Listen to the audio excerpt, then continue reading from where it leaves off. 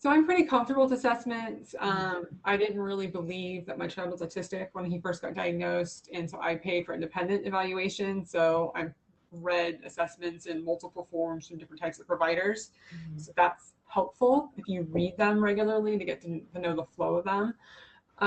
But for me, I initially just do a quick pass to see, does this sound like Jake? Are they seeing the same kid that I'm seeing, right? You can tell if they spend enough time on it, if it sounds like your child. Whereas if it's just doesn't sound like, you're like, well, what happened? Like, where's the disconnect?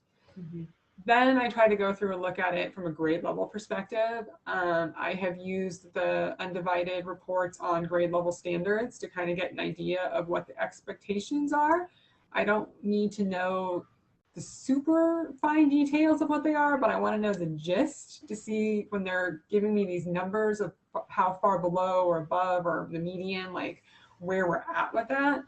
And then I like to look at the IEP goals to see, like, well, if they're saying he's below grade level or below average in certain areas, are there goals written to support improvement in these areas? Yeah. Yeah. I tell clients, I think looking at, does this sound like your child? Because a lot of times it doesn't. And then you need to bring that up. And that may mean they need to do additional reports, or you may need to request an IEE.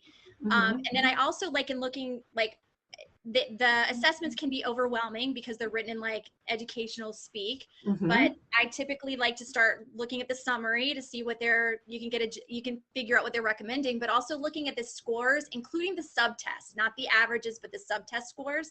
See, and I like circle all the ones that are low, and those are the ones that you want to make sure you ask about in the triennial meeting. What does this mean? How are you going to remediate it? So you can find out more about it. And also if there are any particularly high scores too, because that's also really telling and provides important information.